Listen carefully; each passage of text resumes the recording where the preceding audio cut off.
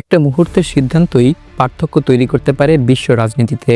কিন্তু কেন ট্রাম্প ইরানের উপর হামলার নির্দেশ দেওয়ার পরও শেষ মুহূর্তে সেই সাহস দেখাতে পারেননি? এই প্রশ্নের পেছনে লুকিয়ে আছে একাধিক আন্তর্জাতিক চাপ, গোপন পরামর্শ এবং ছায়া ঝুঁকি। মার্কিন প্রেসিডেন্ট ডোনাল্ড ট্রাম্প গত 13ই জানুয়ারি পেন্টাগনকে ইরানে হামলার প্রস্তুতির নির্দেশ দিয়েছিলেন। তবে শেষ মুহূর্তে তিনি অপারেশনের প্রতিকূল সময় এবং উপদেষ্টাদের আপত্তি বিবেচনা করে সিদ্ধান্ত পরিবর্তন করেন।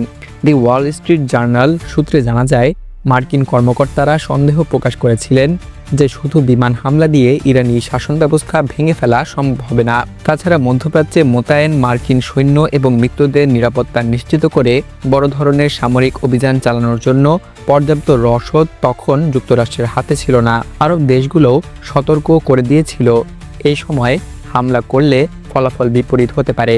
ইরান, কাতার, সৌদি আরব এবং সংযুক্ত আরব আমিরাতে থাকা মার্কিন ঘাঁটিগুলোতে পাল্টা হামলার হুমকি দিয়েছে।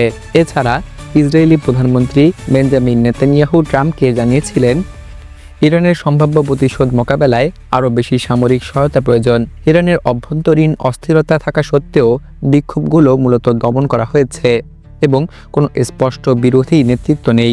আয়াতুল্লাহ আলী খামেনি বলেন, এই সহিংসতা বিদেশি শক্তির উস্কানি এবং হস্তক্ষেপের ফল। তিনি ট্রাম্পকে দায়ী করেছেন, যদিও স্পষ্ট করেছেন ইরান যুদ্ধ চায় না।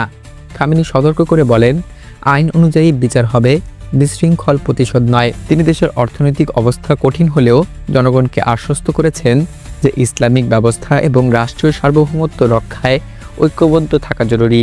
সরকার সাময়িকভাবে ইন্টারনেট সীমিত করেছিল, যা পরে পুনরায় চালু হয়েছে।